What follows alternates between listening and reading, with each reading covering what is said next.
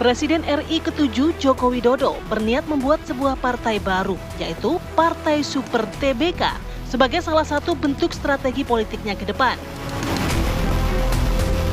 Partai politik yang ada dalam benaknya ini berkonsep seperti perusahaan terbuka atau Partai Super TBK yang kelak bisa menerima semua kalangan. Menurut Jokowi, konsep partai terbuka adalah gambaran ideal sebuah partai politik di masa mendatang. Jokowi sempat mengatakan bahwa Partai Super TBK bentukannya itu masih dalam tahap pematangan dan belum tentu terrealisasi. Lantas, bagaimana peluang terbentuknya Partai Super TBK itu? Apakah Jokowi sendiri yang kelak akan menjadi penguasa penuh memimpin partainya? Tim TV One mengabarkan. TBK Pak, itu maksudnya gimana Pak? Partai Super TBK. Itu kan bikin banyak orang berpikir. ya masih dalam pematangan ya. Artinya memang akan direalisasikan ya Pak ya? Masih dalam pematangan, masih dihitung, masih dikalkulasi, belum tentu juga. Berarti sudah ada niat nggak Pak untuk membentuk partai itu ya? Masih dalam pematangan, masih dihitung, masih dikalkulasi, belum tentu juga direalisasikan. Ayo, KTP mana KTP? Daftar. Mau daftar. Bikin KTA segera ayo cepat. Siapa tahu bisa jadi pengurus. Yo, isi sekian gitu. Iya. Oke. Mumpung ada partai baru ya, tapi realistis nggak sih dengan kalau kita lihat tidak hanya partai-partai besar, tapi partai-partai baru juga bertumbangan di pemilu 2024. Ada tokoh-tokoh atau partai-partai yang memang digawangi oleh tokoh-tokoh nasional, tapi juga tidak lolos begitu. Nah ini partai baru, kemudian formatnya berbeda. Bagaimana? Iya, tapi kan ya. Kita tanyakan deh ke narasumber kita yang sudah hadir di studio. Di sini sudah ada Bang Saleh Daulay, Waketum PAN. Selamat pagi, Assalamualaikum Bang. Pagi, Assalamualaikum, Waalaikumsalam. Kemudian juga ada Bang Freddy Alex Damanik, Waketum Pagi Bang. Pagi. Kemudian ada Bang Henry Satrio, Bang Hensat, analis politik. Pagi Bang Hensat. Oke, mungkin kita ke Bang Saleh atau Bang Freddy dulu? Kalau saya boleh nggak ke Bang Hensat dulu? Silakan. Ya, dan saya ke Bang Hensat. Bang Hensat, tadi pernyataannya Pak Jokowi cukup jelas ya. Artinya masih dalam tahap pematangan. Ya. Artinya bisa terrealisasi. Tapi bisa juga enggak sih gitu kan. Pertanyaannya saya muncul nih pagi ini. Maksudnya apa? Menggemborkan Partai Super TBK ini kalau ternyata Pak Jokowi sendiri mengatakan bisa terrealisasi tapi bisa juga tidak. Maksudnya apa? Ini canggih nih Pak Jokowi. Canggih beliau. Canggih nih. Jadi ini saya sebagai analis komunikasi nih ya, politik. Jadi Pak Jokowi itu menyampaikan dua kritik keras sebetulnya kepada negara ini, dan semua orang tuh mungkin nggak sadar. Bahkan kita ngebahas sambil ketawa-ketawa. Bahkan Bang Saleh nggak sadar juga mungkin. Mungkin bisa begitu gitu ya. Yang pertama tentang ini nih. Misalnya kita bicara tentang partai politik dulu lah. Tema yang hari ini. Dia bilang kan dia akan bentuk partai terbuka. Super terbuka. Sebelumnya dia bilang saya bikin ini partai perorangan ini. Itu kan sebetulnya dia membuat kritikan tajam kepada sistem kepartaian kita. Partai perorangan kan hampir semua partai politik itu say-nya dia ada di perorangan ketumnya. Saat ini ya? Saat ini ada beberapa partai misalnya yang cukup dewasa lah gitu ya, yang kemudian masih mempersilahkan beberapa orang untuk bicara, tapi hanya beberapa. Sekarang dia bilang partai terbuka yang kepemilikannya ada di anggota. Itu kan terbuka lagi, biasanya hanya elit-elit partai politik saja. Nah ini secara terbuka, secara gamblang dia menyampaikan kritik kepada sistem kepartaian kita. Jadi artinya tidak ada lah itu partai super terbuka, tapi sedang memberikan selentingan gitu. Iya, dia tinggal memberikan selentingan. Dan kemarin pada saat ulang tahun Gerindra, dia sampaikan lagi kritikan tajam kepada negeri ini, kepada pegiat-pegiat demokrasi. Pak Prabowo nggak ada yang berani kritik. Pak Prabowo adalah presiden terkuat di dunia. Padahal partai banyak di parlemen gitu ya? Padahal banyak partainya. Kritisi para pengkritisi juga banyak sekali. Tapi dia sebutkan bahwa Pak Prabowo ini adalah presiden terkuat. Tapi ucapan itu disampaikan di Sentul justru malah memantik tawa riuh gitu loh. Canggih kan Pak Jokowi kan?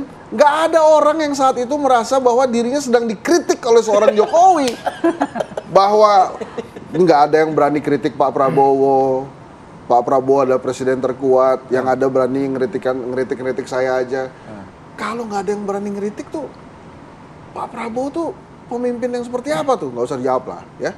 Terus kemudian Nggak usah dijawab gimana, Bang Saleh udah mau jawab. nanti maksud saya. Nah yang kedua tentang partai super terbuka ini, semua orang kan juga ketawa-ketawa aja. Padahal kan dia menyampaikan, wah dia pasti ngeritiknya ke Ibu Mega nih. Enggak lah. Partai perseorangan itu bukan hanya PDI Perjuangan saja. Partai super terbuka yang haknya atau kekuasaannya ada di anggota, itu kan bukan cuma 1-2 partai. Nggak ada tuh partai politik di Indonesia mungkin yang haknya tuh sama tuh dengan para anggota, antara para anggota dengan elitnya. Ini canggih nih Pak Jokowi. Cuma koperasi aja kayak gitu kan. Yang katanya kekuasaannya itu ada di semua anggota. Jadi artinya Riffi, seorang Joko Widodo dengan santainya memberikan 2 kritikan tajam kepada negara ini. Jadi kritik sebetulnya ya. Yang Jadi pertama super TBK itu betul. Yang pertama adalah sistem pemerintahan, yang kedua adalah kritikan terhadap sistem kepartaian kita. Dan dengan canggihnya dia, nggak ada yang sadar juga gitu. Saya juga baru merenung-merenungnya dari pagi. Oh ini canggih juga Pak Jokowi ini ya. Oke. Ya, Gimana Bang Saleh? Apakah nggak sadar juga? Jadi pertama saya melihat bahwa Pak Jokowi menyatakan itu malah justru serius. Jadi kelihatannya beliau bisa jadi akan mendirikan partai politik. Beneran akan bikin buat benar, menurut saya. Oke. Dan Pak Jokowi kan selalu begitu. Dia test the water dulu. Sementara ini kan masih dites nih, anget-anget kuku apa enggak gitu. Jadi kelihatannya begitu disampaikan akan ada partai super terbuka, itu responnya bagus di masyarakat. Itu bukan sindiran nggak sih buat PAN sendiri gitu? Menurut saya enggak. Jadi ngapain dia menyindir PAN kan untuk apa? Kan PAN kan hubungannya bagus dengan akhir-akhir ini semua partai dengan Pak Jokowi. Menurut dia gitu. Itu kan menurut Hensat. Itu menurut Hensat. Iya dong. Iya. Ya silakan namanya dia cuma mengatakan tadi dari sudut komunikasi politik katanya kan begitu. Iya. Tapi kalau menurut kita kan tidak, ya kan. Jadi saya melihat bahwa andai kata misalnya Pak Jokowi serius mau bikin partai super terbuka ini, Anda mendukung, PAN mendukung? Peminatnya enggak, ya saya dukung PAN dong. Iya. Masa saya dukung partai dia, kan nggak mungkin kan. Nggak, artinya kan untuk kemeriahan sistem perpolitikan di tanah air kita. Menyambut jadi baik begini, atau tidak? jangankan partainya Jokowi, partai yang di luarnya Jokowi saja tumbuh, terutama menjelang pemilu. Coba lihat setiap pemilu selalu ada partai-partai baru. Masa kita larang Pak Jokowi? Emang apa kesalahan dia? Nah, tapi deg-degan sebagai warga negara. Deg-degan? Justru menurut saya bukan kami yang deg-degan, ada partai lain mungkin yang segmentasinya berbeda. Kalau kita kan segmentasinya kan beda ya. Jadi kita Tapi kalau oke aja partai gitu. Pak Jokowi jadi mau koalisi atau gimana?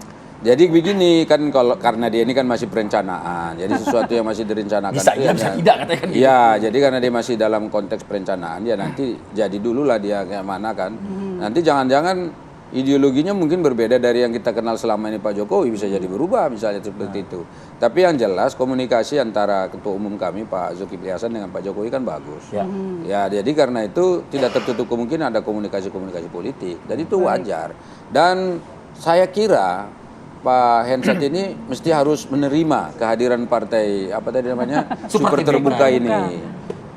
Siapa tahu ini kan kalau dari sisi pengamatan, analisis dan seterusnya Pak Hensat nggak ada kurangnya. Jadi ini pasti dibutuhkan oleh Pak Jokowi. Kayak Dewan Penasehat. Jadi supaya bisa Dewan Penasehat, Bang. Jadi Bang Saleh mau mengatakan Hensat pagi ini sedang nyolek gitu kayaknya ya. Iya, jadi ya kurang lebih ya gua nih bisa nganalisis lo gitu loh. Itu kan kaitannya sama koalisi permanen kemarin. Kan koalisi permanen kemarin itu tidak bicara kira-kira wapresnya siapa. Apakah tetap masih sama Gibran atau terbuka untuk para ketum untuk bersaing mendampingi Pak Prabowo. Jadi buat jaga-jaga Gibran juga is over gitu maksudnya gitu. Mungkin begitu, makanya ini kita coba buat partai super terbuka nih. Kalau lucu-lucu nih koalisi permanen nih, kita siapkan juga. Tapi mungkin juga bukan buat Mas Gibran. Jadi gini, Vi. Ini ada sebuah kejadian ya. Ini boleh ngomong bentar ya. Di YouTube saya itu Jangkrik Bos ala Hensa, kan kita wawancara teman-teman yang cari makan di jalan, ya. semuanya Jokowi, Bos. Masih basisnya Apa harapan masih kuat, ya? terhadap Prabowo? Ya kalau bisa Pak Prabowo seperti Pak Jokowi lah. Apa harapannya Yang Anda mau katakan adalah grassroots saat ini? Grassroots tuh Jokowi kuat. masih menang. Oke. Kenapa? Karena memang gesturnya begitu. Gimana tuh Bang Saleh? Jadi ini kan dari tadi dia kritik nih Jokowi. betul. Bener gak dari awal? Jokowi ini kan sebetulnya ngeritik kita semua. Dia ngeritik Jokowi juga. Pada saat dia bilang Jokowi lagi ngeritik kita. Iya toh? Nah tapi pada saat yang sama sekarang ini dia mendukung dan mengatakan bahwa Jokowi itu hebat. Ya kan? Betul nggak? Jadi Plot twist ya, Bang. Iya, yang dikatakan pada kita bahwa partai ini mungkin akan berdiri gitu loh. Sebab apa? Grassroots-nya masih kuat dan partai politik itu di mana-mana. Kekuatannya itu bukan pada elit sebetulnya, pada grassroots. Oke, boleh elitnya hebat-hebat gitu, tapi kalau grassroots-nya nggak kuat kan nggak jalan juga. Elit itu mungkin ya logistik, ya jaringan, kemudian bagaimana manajemen, pemberdayaan dan seterusnya. Tapi kalau untuk supaya dia kuat ya tetap grassroots. Nah kalau Pak Hensat sendiri mengatakan dan dia sudah melakukan survei itu dan itu nggak main-main kalau surveinya dia, ya kan itu berarti kan partai ini sangat mungkin. Berarti realistis kalau menurut Bang Saleh Daule ya? Loh, kalau Jokowi itu saya kira selama ini selalu kelihatan nggak realistis, ketawa-ketawa, tapi serius Pak. Iya kan, coba lihat. Tapi nanti lahir barang ini. Lahir barang ini ya? Iya kan. Oke, sejauh mana lahir barang ini, Bang Freddy itu mungkin bisa menjawabnya usai jeda Bang ya. Kita jeda dulu sejenak. Kami akan kembali saat lagi pemirsa. Kenapa gue?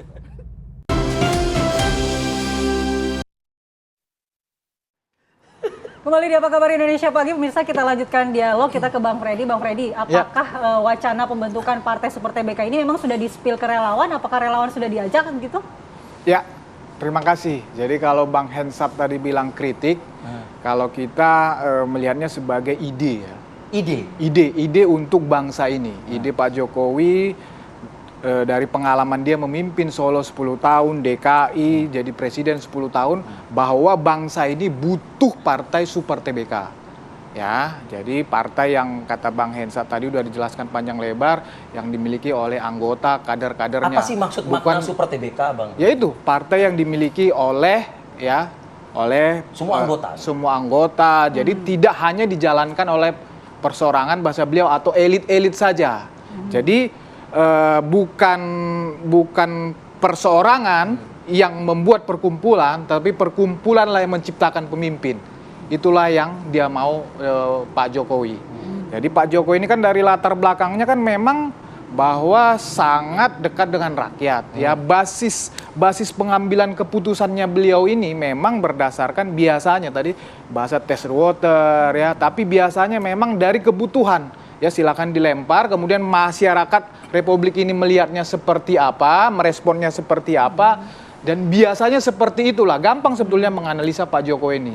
Kalau masyarakat merespon dengan baik ya apa yang dilontarkan beliau, kemudian dinamika politik mendukung itu kemungkinan besar bisa terwujud. Kemudian melihat karakter Pak Jokowi, sekarang dia tidak berpartai. Tadi approval ratingnya sangat tinggi, Bang Hensat tadi udah ngomong bahwa di grassroots itu masih sangat tinggi itunya dia. Ya, meskipun perlu dipertanggungjawabkan ya itu pernyataan Hensat tadi itu ya. Ya nggak apa-apa, kalau kami memang melihat itu, approval ratingnya ini. Iya. Mau approval rating. Tapi Bang Freddy, ini kan kalau relawan Jokowi sebenarnya sudah tersebar di partai-partai besar yang sudah ada. Apakah relawan merasa kurang diakomodir begitu dengan partai-partai yang sudah ada sehingga Pak Jokowi sendiri harus membentuk partai? Gitu. Begini, kami Projo ya bersama relawan-relawan sudah sejak lama mendorong Pak Jokowi mendirikan partai. Tapi kan Pak Jokowi punya kalkulasi sendiri. Beliau waktu itu masih di PDP, itu yang pertama, kemudian komunikasinya dengan partai-partai yang lain juga dia hitung semua ini. Nah, kemudian dinamika politik kemarin itu sekarang kan bisa berubah terus, dan Pak Jokowi juga masih muda, masih energik, sangat produktif. Saya rasa seperti saya bilang tadi, ini bukan menjadi barang yang mustahil. Partai Tapi tujuan Super TBK desakan ini. membuat partai untuk apa? Pak Jokowi udah jadi presiden. Iya. Ya tentu untuk bangsa dan negara ini dong. Untuk bangsa dan negara ini loh. Kan tadi saya bilang ide besar butuh. Jadi yang bukan hanya haus kekuasaan gitu. Untuk jadi gini. Enggak, tinggal dijawab aja Bang Freddy. Bikin partai ini untuk apa gitu loh. Bukan buat pribadi. Yang tadi kan saya bilang partai ini partai milik semua, milik anggota, bukan keinginan elit yang kemudian melalui partai digulirkan untuk ngambil kekuasaan. Bukan partainya relawan juga. Bukan partai relawan, bukan. Tidak akan dikotomi juga ini hanya partai relawan, bukan. Jadi belum tentu juga. Bukan, dapat pemegang langsung saham. jadi. Pemegang sahamnya ini akan banyak. Oh, Bang. Tapi begini sebetulnya. Gimana?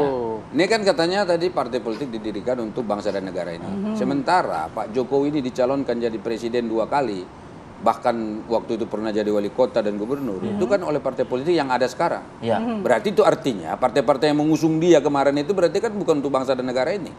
Padahal dia sudah lahir Jol, 2 pemimpin gitu loh. Ini kan pernyataannya kan, ngerti nggak mau saya balikkan logika begitu? Iya. Berarti kan tidak mengakui kalau partai-partai yang ada selama ini untuk partai, untuk bangsa dan negara ini. Makanya kan jadi tadi saya jangan bilang. jangan dipersempit. Termasuk PAN loh Bang Saleh itu. Iya berarti kan disebut. kita dukung. Jadi maksud saya, kalau kami sih nggak dukung jadi capres ya, mohon maaf.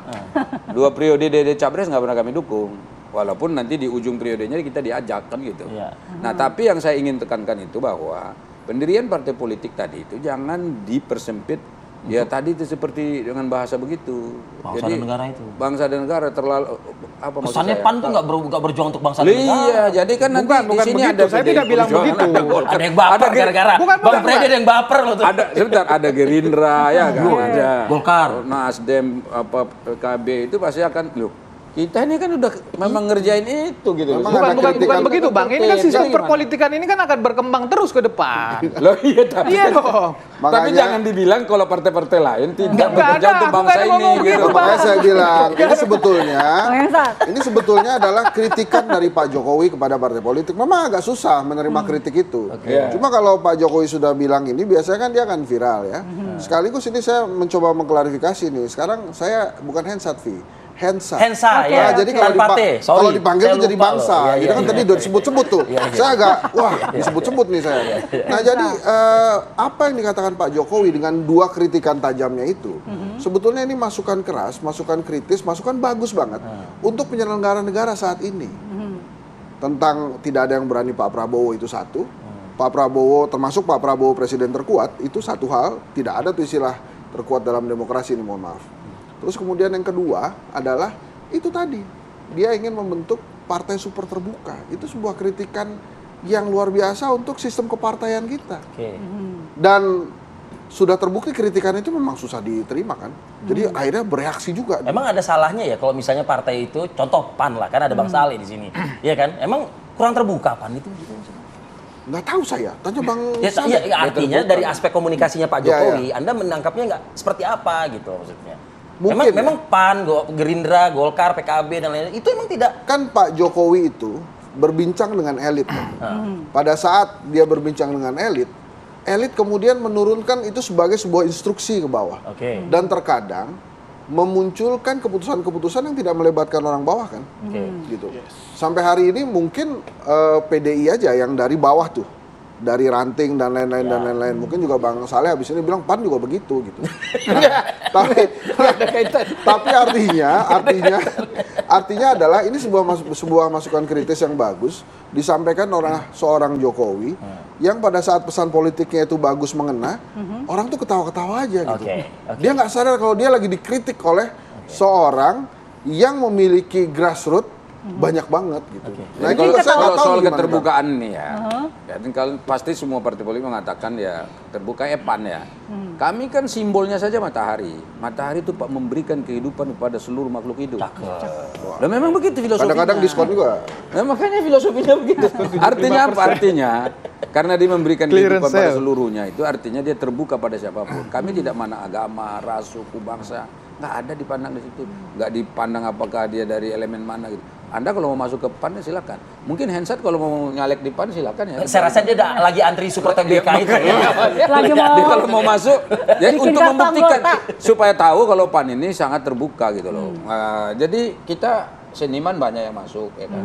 Pedagang banyak yang masuk, Pak. Kemudian Nah, ini tentang keputusannya, aktivis. Bang Saleh kurang Banyak. apa lagi mau mengatakan kami sudah cukup terbuka. Iya dong, sangat terbuka. Tentang Kan kami keputusan aktivis. ketua. Ini kelihatannya tentang keputusan, bukan tentang anggota. Ada yang salah dengan keputusan sikap langkah Jadi PAN gini, gitu. terkait juga keputusan itu tidak semuanya misalnya gini bahwa itu harus ketua umum semua yang memutusin, nggak bisa Pak. Ada mekanisme pengambilan keputusan di partai politik sesuai dengan ADART-nya gitu.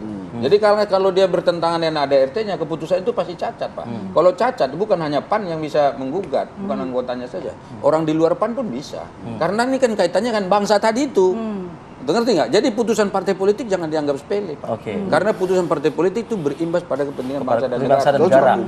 Bukan hanya projo ya. Ya, karena begini loh, begitu Anda masuk kepada organisasi yang namanya Orpol, organisasi politik, itu kan ada kaitannya kekuasaan. Kekuasaan itu ada kaitannya dengan anggaran. Anggaran itu ada di mana? Di negara. Kalau Anda salah mengelola itu, berarti Anda melakukan kesalahan pada negara. Maka karena itu tidak sembarangan bahwa dikatakan partai-partai politik ini tidak berorientasi kepentingan bangsa gitu. Jadi semua kita ini begitu, cuman kita nggak ada yang merasa oh saya ini paling bangsawan, paling negarawan, paling ini. Tapi kalau kita ini saya paling dekat dengan rakyat gitu. Bang, kalau kami biasa. Kalau misalnya Pak Jokowi masuk PAN itu kira-kira dikasih posisi apa tuh Bang? Lihat, sekarang begini, Pak Jokowinya tanya dulu dia mau nggak? Karena begini, selama ini Pak Jokowi itu sudah ditawarin oleh banyak partai politik. Ya kan kalau yang saya dengar Golkar waktu itu kan masih menjabat dia presiden kan, waktu apalagi sempat juga terselentikan Gerindra ya Bang ya? Ada masuk ke Gerindra juga, ada masuk ke Golkar. Bahkan pada saat dia dipecat dari PDI Perjuangan, itu malah partai-partai lain oke monggo masuk sini masuk. Tapi beliau kan belum mau masuk. Makanya partai-partai berarti ada pikiran-pikiran lain. Partai politik kan juga deg-degan kalau Pak Jokowi masuk nih gimana nih, apalagi ketum-ketum ya gawat nih Pak Jokowi. Bang Freddy, kenapa tidak bergabung dengan partai yang sudah running saat ini Bang Freddy? Ini bener nih. Lah kan saya bilang tadi, sekian puluh tahun dia memimpin republik ini, komunikasi dengan partai ini, elit-elit ini, sekarang dia di luar 100 hari ini, 3 bulan ini, ya itu ide dia bahwa negara ini butuh partai super TBK yang tadi. Jadi negara nggak butuh PAN berarti? Bukan nggak butuh PAN. Artinya ya tadi bahasa beliau kritik, artinya bahwa sekarang partai itu ke depannya harus berbasis dari bawah. Grassroots dari anggota, jangan dari elit-elit saja putar-putar di elit aja gitu loh. Berarti Bang Freddy setuju dengan Bang Hensa kalau ini sebenarnya kritikan juga terhadap partai yang sudah ada? Saya lebih soft aja, ide saya bilang. Beliau ini kritik lebih tajam lagi. Benar itu kan realitas. Super TBK maksudnya mungkin ya, menurut Pak Jokowi itu bukan hanya untuk siapa gitu, tapi juga dari siapa, oleh siapa gitu-gitu. Lebih demokratis gitu lah mungkin. Anda mau katakan seperti itu ya? Jokowi Oke, kita ulas lagi nanti di segmen berikutnya Bang Saleh. Sabar Bang Saleh, sabar. Kita kembali saat lagi pemirsa.